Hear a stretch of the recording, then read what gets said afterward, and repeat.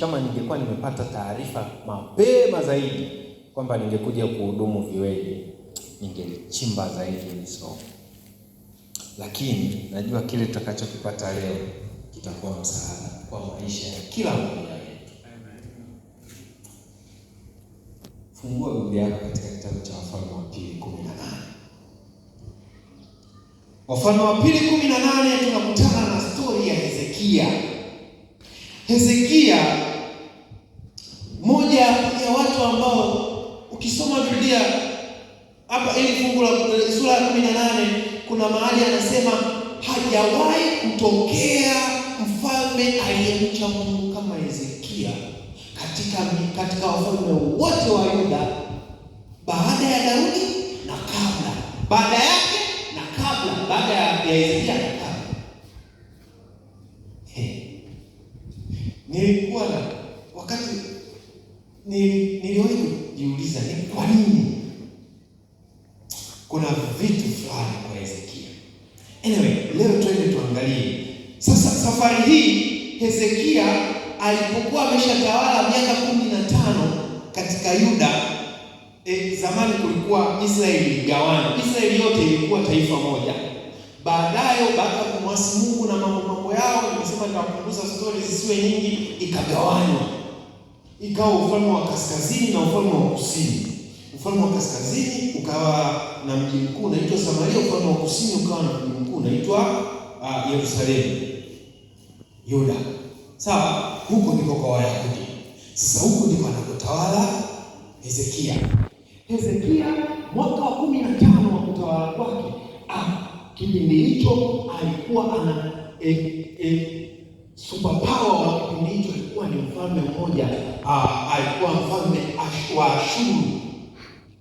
Sawa, alikuwa mfalme wa Ashuru aliyeitwa Senakeribu. Huyo ndo alikuwa super power. Sasa yeye alikuwa kama mfalme, alafu wengine wote huko, mfalme wa Yuda, mfalme wa Israeli, sio mfalme wa Misri, mfalme wa wapi, wote wanakuwa kama wako chini yake. Sasa wakaanza kula njama chini, ili kwa sababu walikuwa wanaona anawatesa, anawalipisha kodi kubwa, anawatesa, ananyonya, maendeleo yote anafanya yeye. Yaani ufalme mkubwa ulikuwa unalipisha kodi, falme ndogo, mfumo wa zamani. Wakaweka bana tupindue. Baba alipokuja kujua na alikuwa katili, akaanza na mmoja baada ya mwingine. Nyinyi wewe ndio unajifanya mjanja, wewe ndio unaenda kushawishi wenzio. Akaanza na mmoja baada ya mwingine, akaja akapiga wale wa pembeni wote, akaja akapiga na Yuda na Israeli. Kipindi hicho alipopiga Israeli akawahamisha Israeli. Kipindi hicho alikuwa mfalme wa Israeli alikuwa anaitwa Hoshea. Akawapeleka huko uhamishoni, akawatanya ovyo. Akaja sasa kwa mfalme wa Yuda, akaja kupigana naye Hezekia. Hezekia akawa mbishi, akasema siwezi kukubali kijinga, sikubali kinyonge, naingia vitani. Pigana. Yuda akazidiwa nguvu. Yuda alipozidiwa nguvu, ikabidi anyoshe mikono, akamwambia mkuu, zamani nisamehe. Na zamani sheria ya zamani ya kupigana, ulikuwa ukipigwa, yaani unalia mara mbili. Unalia kipigo na unalia na hasara. Yaani ukipigwa wewe utarudisha hasara zote alizoingia mwenzio yule uliyekuwa unapigana naye, utazilipa wewe kwa kweli. Ndicho kilichokuja kumpata Yuda. Senakeribu akasema, umekubali kwamba nimekushinda, sasa unanilipa hasara zote nilizoingia kwa ajili ya kupigana na wewe. Kaambia sawa, nisamehe. Yaani kabisa akasema nisamehe mkuu. Lipa kodi, sawa. Niletee hiyo kodi inayotakiwa kulipa. Akaletewa mezani, yakamtoka macho. Bwana hiyo kodi aliambiwa utalipa talanta 300 za fedha na talanta 30 za dhahabu. Najua nimekupa Kiswahili cha ajabu uelewe. Ngoja nikupeleke Kiswahili cha Tanzania.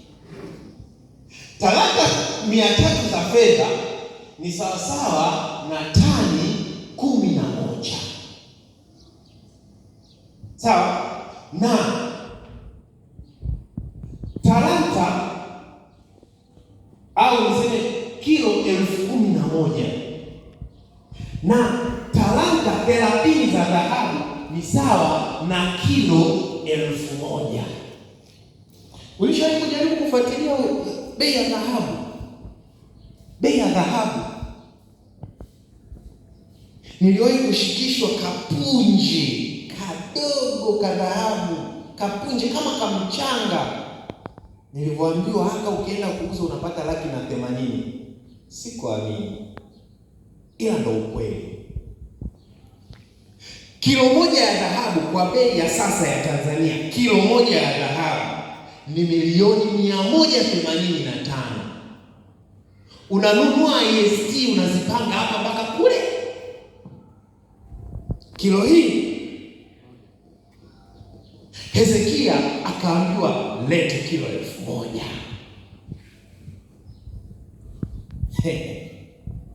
Hapo akaambiwa lete kilo 11,000 za fedha. Ukipiga hesabu kodi yote mwanaume aliyotozwa, kodi yote, ukipiga hesabu kwa pesa za Tanzania ni bilioni, sio milioni, bilioni 280.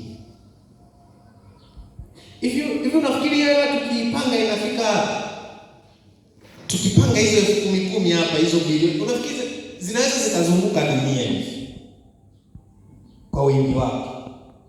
Ni nyingi mno. Sawa? Sasa jamaa kaambiwa lipa. Unajua alichokifanya? Akaingia kwenye hazina yake mfalme. Beba kuvihesabu bado hazifiki. Kaenda hazina ya pili.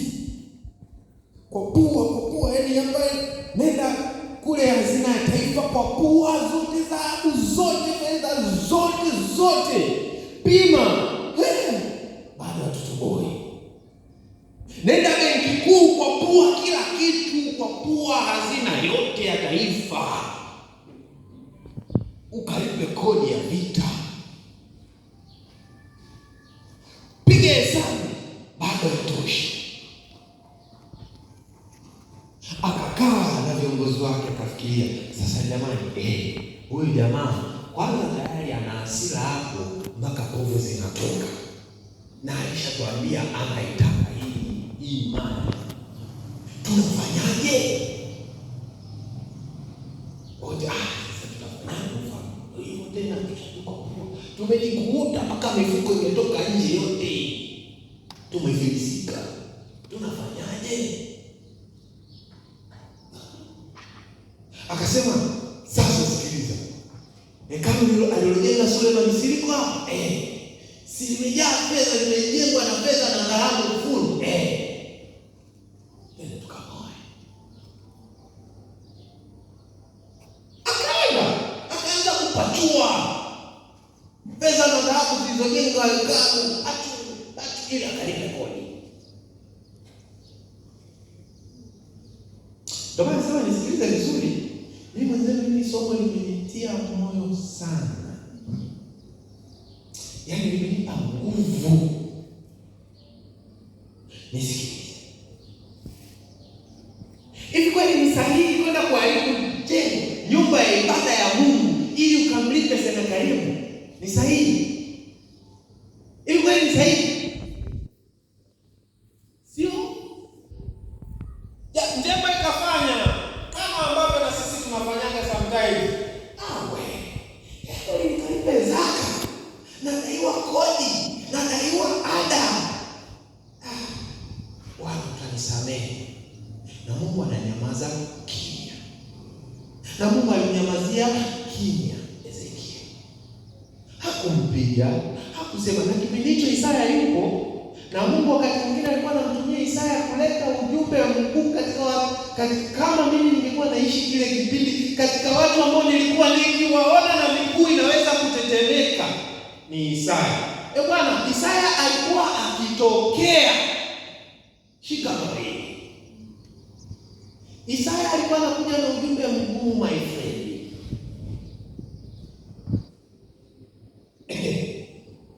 Lakini siku hiyo Mungu akanyamaza. Nyumba yake ikaharibiwa, akanyamaza.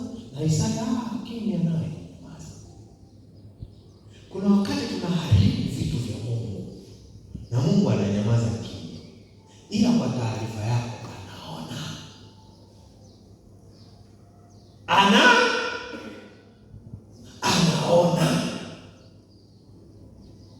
Basi pacho peleka kwa Senakeribu, kaji kapapachua mpaka kamilisha tani 300 za fedha, tani 30 za dhahabu. Kapeleka. Nyumba ya Mungu imebaki na mapengo, vitobotobo, virakaraka. Kapachua, kapeleka. Akakaa kwa amani. Kama na sisi ambao sometimes tukishakula zaka na sadaka tunakaa kwa amani. Tunakaa kwa amani. Umelipa ada zaka na sadaka, unakaa kwa amani. Mwanangu yuko anasoma senti nini kule, anapanda gari la njano kila siku. Wewe uko kwa amani.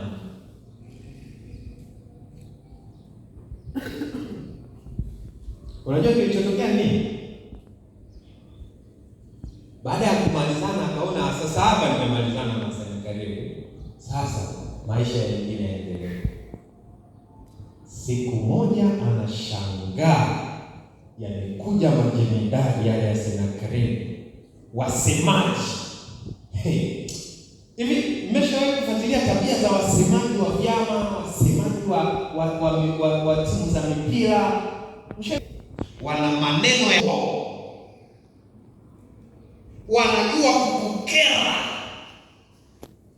Mimi najua vizuri mpira, si ndio? Na siasa. Yaani kuna maneno tu akiyapangilia hapo, yaani mpaka unaweza kuhisi kichefuchefu. Ndio anawatuma. Alafu akahakikisha wale anaowatuma wanajua Kiyahudi, wanajua kukiongea, wanajua na kukisikia.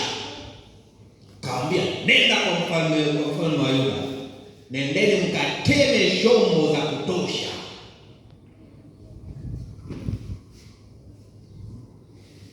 Wakafika kule, bwana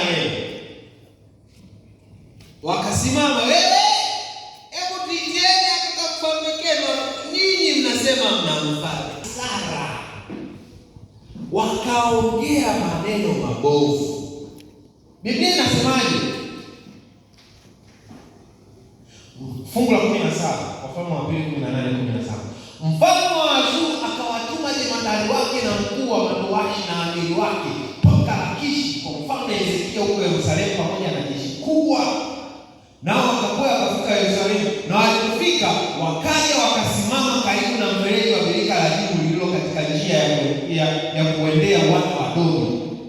Na walipokwisha kumwita mfalme, wakatokewa na Eliakimu mwana wa Hilkia aliyekuwa msimamizi wa nyumba ya mfalme. Wao walimwita mfalme, akatokea Eliakimu. Wakasema, kwa anajifanya ana cheo. Yaani yeye kwetu sisi, yeye kule kwetu ni mfagiaji. Yaani wewe, sisi tunamtaka yeye akutuma wewe. Yaani wakamdharau. Walipomdharau, Eliakimu akamwambia, jamani samahani, naomba sana. Kweli mmekuja kumdharau, lakini msimdharau kwa lugha ya Kiyahudi. Mdharauni kwa lugha ya Kiashuru, maana mkisema Kiashuru sisi tunasikia.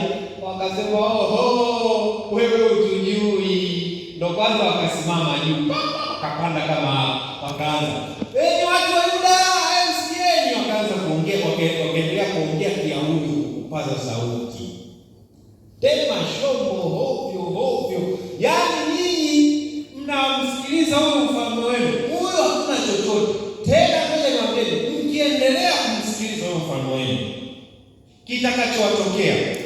mtapata hasara ninyi na vizazi vyenu.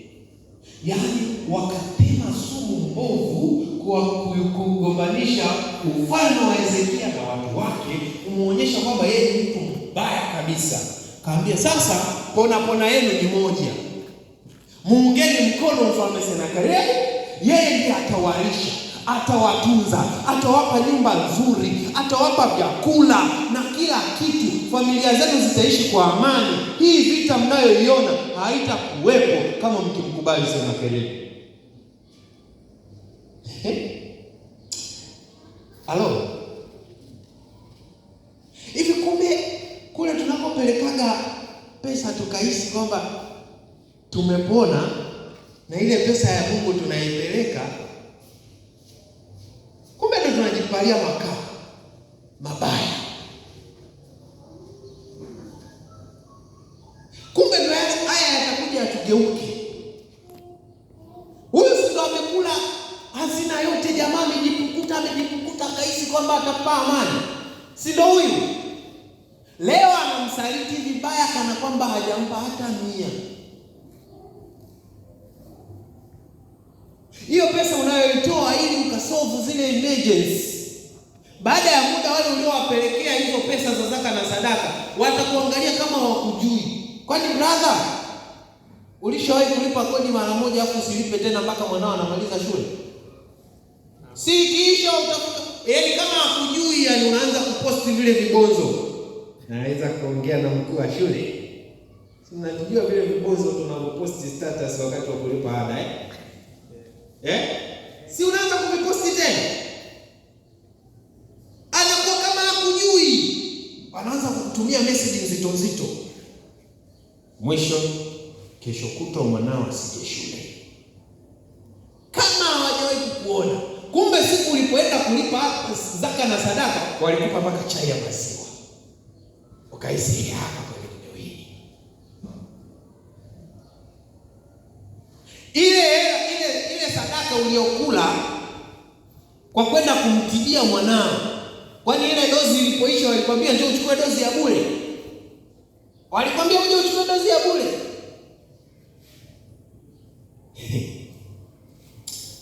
Ndio sisi hawa wakina Hezekia, ndio sisi hawa.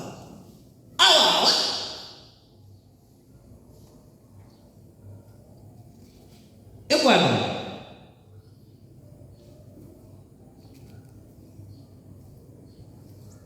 Mfalme akashangaa wakina Eliakimu wanakuja wamerarua mavazi yao. Bwana, hivi unajua kwamba zamani kitendo cha kurarua mavazi kilikuwa kikubwa sana? Kilikuwa kinamaanisha kwamba mfalme, huko tulikotoka wewe umeaibishwa, umevuliwa nguo mbele za watu wote na mioyo yetu imechanika katikati. Mfalme alipopewa zile habari akayeyuka kabisa. Akafikiria, hivi kweli nimeamua kuchukua vitu vya Mungu kwenda kulipa jitu lisilo na shukrani, kwenda kulipa jitu lililosaliti, kwenda kulipa jitu ambalo halijui hata umuhimu wa kitu wa sacrifice niliyoifanya ya kuifilisi nchi yangu ili nikalifaidishe lenyewe. Mimi mwenyewe nimetoka kwenye vita. Ukitoka kwenye vita, nchi inakuwa kwenye hali ngumu, lakini bado Hezekia kaamua kuifilisi nchi, kaamua kuharibu na kamu. Ndivyo na sisi tunavyofanya. Tunapoingia kwenye hali ngumu, tuko tayari tujiharibu wenyewe, tuko tayari tuiharibu kazi ya Mungu, tuko tayari tuliharibu jina la Ukristo tulilobeba, tuko tayari tuharibu ili mradi tusolve lile mgogoro. Si ndio sisi au? Si ndio sisi?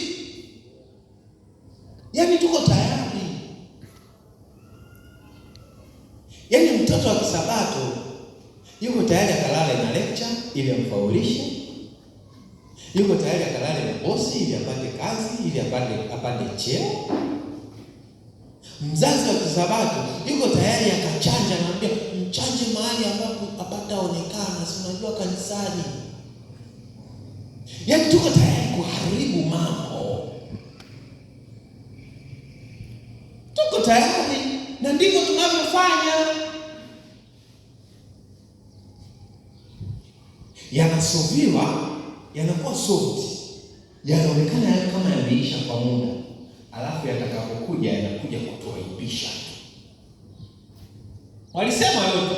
Sasa kama wewe ni Mungu wenu mnayemtegemea, ona sasa mfalme wenu kaenda kabomoa hekalu la Mungu wake, kaleta kwetu. Hivi unafikiri kati ya Mungu wake na sisi nani mkubwa? Ndivyo dunia inavyotushangaa. Huyu jamaa sisi tulikuwa tunamuona mwenye dini hapa mtaani, kumbe na yeye ni wale wale. Bwana, nisiongee, twende nimalize. Haya, unajua ikawaje? Hezekia akashuka. Kuanzia hapa ndipo story inapogeuka kuwa ya kutia moyo. Na hapa na hiki kuanzia hapa ndio maana nikasema hakikisha unachukua hili somo lote. Siku utakapojisikia umekata tamaa, nilitafutie hili somo, angalau ulisikilize. Likupe nguvu ya kupiga magoti na kuomba. Hezekia akarudi mbele za Mungu, akaingia, akalia.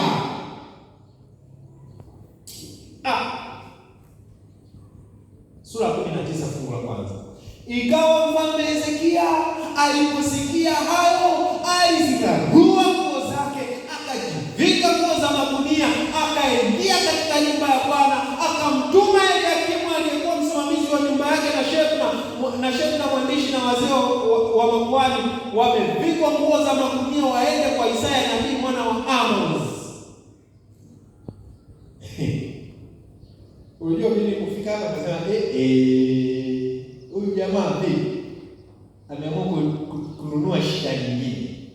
Yaani umefanya jambo bovu kama hili hapo unaenda kwa Isaya. Wewe unategemea nini rafiki yako? Haya.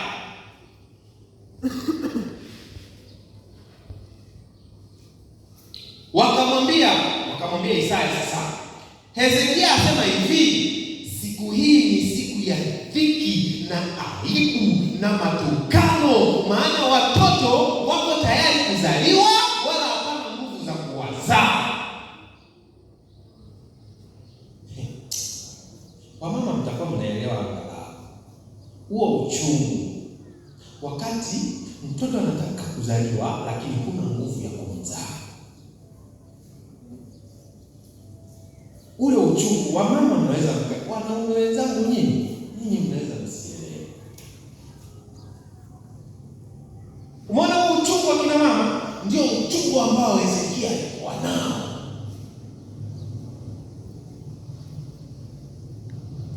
Anasema yamkini Bwana Mungu wako atayasikia maneno yote ya amiri huyu ambaye mfalme wa Ashuru bwana wake amemtuma ili amtukane Mungu aliye hai. Tende fungu la 6. Isaya akawaambia. Ukianza kusoma hapa sasa kumekucha. Isaya akawaambia, mwambieni bwana wenu maneno haya. Bwana asema hivi. Si wao wamtuma kamsikilize Isaya. Isaya naye ametoa kwa Bwana. Bwana asema hivi, usiyaogope. Bwana, hii ni tofauti na nilivyokuwa nimetarajia. Nilitarajia kwamba Isaya anasema, kamwambieni bwana wenu, Bwana asema hivi, wewe si uliamua kuwa mkaidi. Ila Bwana cha kwanza anakutia moyo. Usiogope. Ndio ulienda kwa mganga, ulikula zaka na sadaka, ukalipa ada, ukalipa kodi, matibabu, sijui na nini, ukanisahau mimi, ukaliaibisha jina langu, ila leo umerudi kwa Bwana, jambo la kwanza anakuambia usiogope. Bado alikutia moyo. Sijui nini kitakutia moyo. Labda tuendelee na story, labda utatiwa moyo. Hivi kumbe kweli huyu Mungu ndo ana rehema kiasi hiki?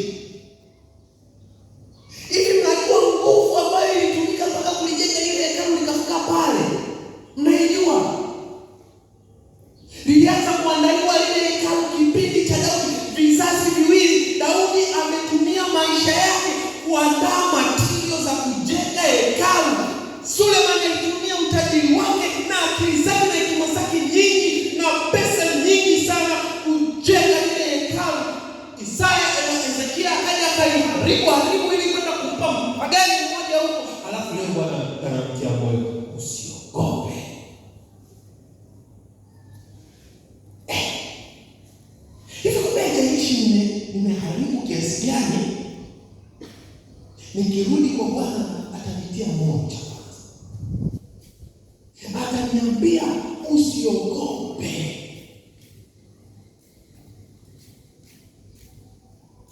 Anasema usiogope maneno hayo uliyoyasikia, ambayo watumishi wa mfalme wa Ashuru wamenitukana. Sio wamekutukana wewe Hezekia. Mungu anasema wamefanya nini?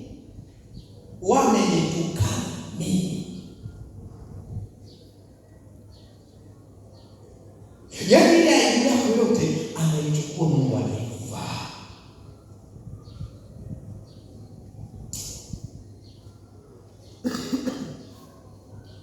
Tazama, nitatia roho ya hofu ndani yake, naye atasikia kivumi na kuirudia nchi yake mwenyewe, nami nitamwangusha kwa upanga katika nchi yake mwenyewe.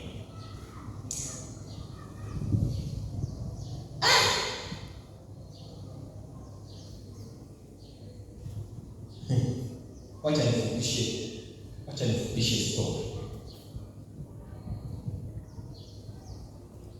Unajua kilitokea nini? Baadaye Senakeribu hana habari kwamba yule aliyekuwa amemtia hofu sasa amerudi kwa Mungu wake. Mungu wake amemtia hofu, sawa? Amesimama, amemea Mungu. Senakeribu na majeshi zamani walikuwa na tabia moja. Miji ya zamani zilikuwa na wigo hivi. Si mnajua Miji ya zamani zilikuwa na wigo.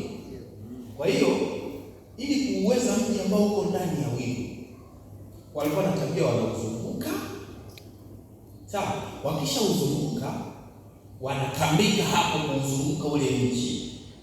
Halafu hawaruhusu chochote kiingie wala kutoka. Kwa hiyo kule ndani walimu watakula vyakula walivyonavyo watamaliza. Halafu wataanza kufa. Halafu wakianza kufa wanaingia wanawamalizia. Mji wote unakufa. Ndicho Senakeribu ambacho alitaka kukomesha mfalme wa Yuda. Akaja akamzunguka na askari 185,000 zunguka mji wote. Wacha nifupishe story. Kilichotokea,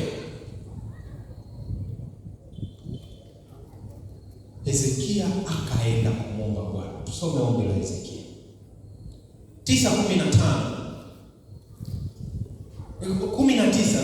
Wafalme wa Pili 19 fungu la 15.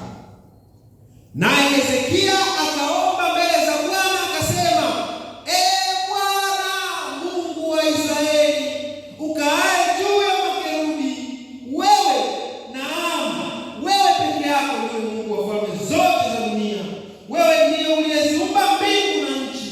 Tega sikio lako Bwana, usikie, fungua macho yako Bwana, uone, uyasikie maneno ya Senakeribu ambayo amemtuma mtu aje nayo ili kumtukana Mungu aliye hai. Ni kweli Bwana, wafalme wa Ashuru wamewaharibu mataifa na nchi zao, na kuitupa miungu yao motoni, kwa maana haikuwa miungu bali ni kazi za mikono ya wanadamu. Ilikuwa tu miti na mawe tu, ndio sababu wakaweza kuiharibu. Bali sasa Bwana Mungu wetu, utuokoe na mkono wake na msihi, ili kwamba falme zote za dunia zipate kujua ya kuwa wewe ndiwe Bwana Mungu peke yako.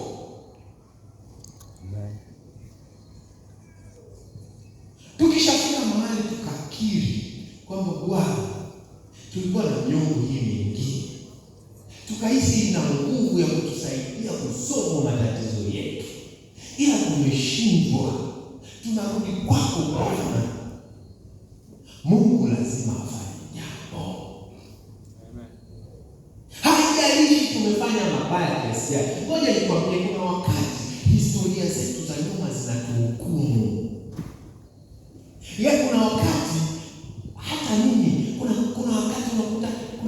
niliwahi kufanya kule nitafaa kweli kusimama mbele za watu wa Mungu kufundisha. Sikiliza. Ukishakiri kwamba Bwana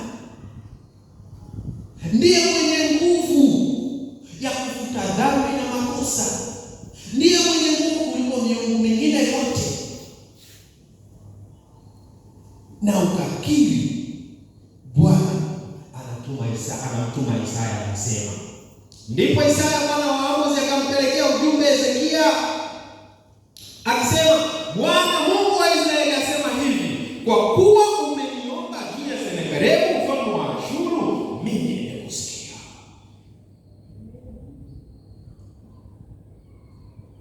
Hivi labda ninyi wenzangu hamjui ladha ya kusamehewa.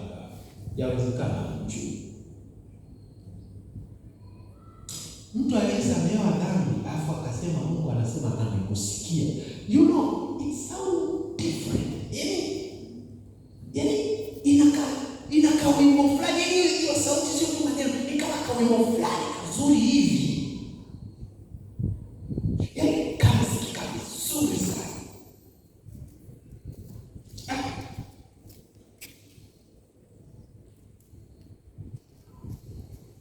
Sasa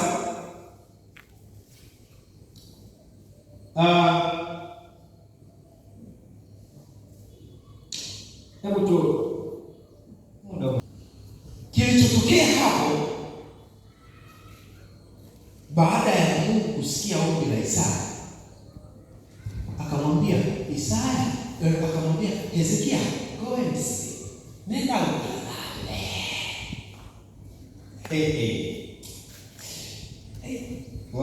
Ngoja kwanza. Wewe lala usingizi. Alafu ukiamka kesho toka nje na kashangaa. Utaona maajabu.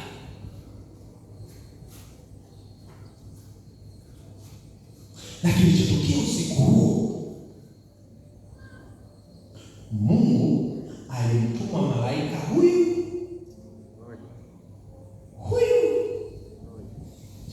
aliwafyekelea mbali lile jeshi la watu 85,000 wote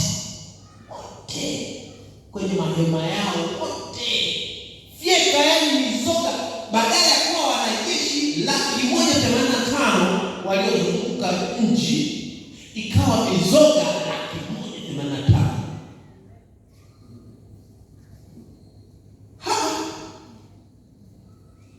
Hivi kumbe sisi ni wajinga sana eh? Hivi kumbe sisi kuna wakati tumeingia sana kwenda kulipa vitu ambavyo kumbe Mungu angelipa kwa sekunde. Hivi Hezekia alilipa nini Mungu kumweka free kiasi hicho? Alilipa nini? Ni goti alipiga. Vijana wenzangu, alipiga goti. Na sisi tunayadharau magoti.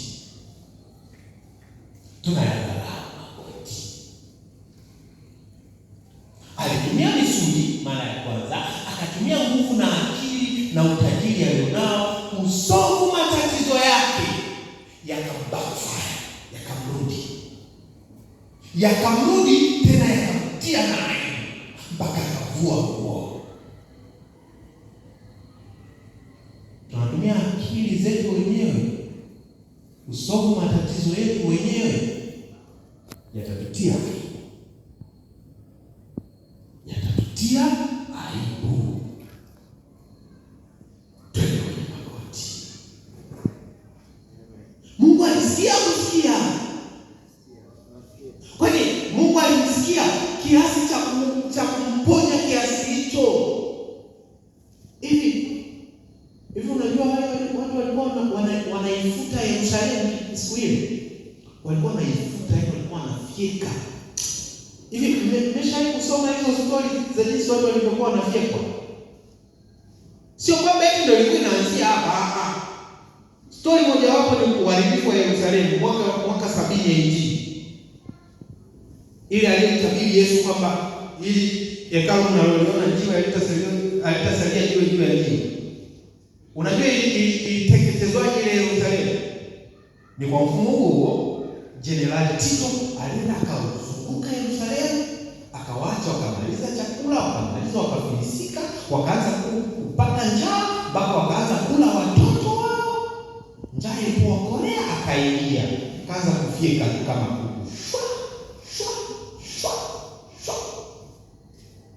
Kawamaliza, kalibomoa na leka. Ndio mfumo wao zamani wa kuwakamizana. Walikuwa wanatesana, hakuna mfano. Hezekia angeteswa, angemalizwa. Na hapo kuteswa na kumalizwa ni baada ya kumrithi. Yaani ni sawasawa umeenda umenunua kifo chako mwenyewe. Ndicho Hezekia alichokwenda kufanya kwa Senakeribu. Alinunua kifo chake mwenyewe kwa bilioni 200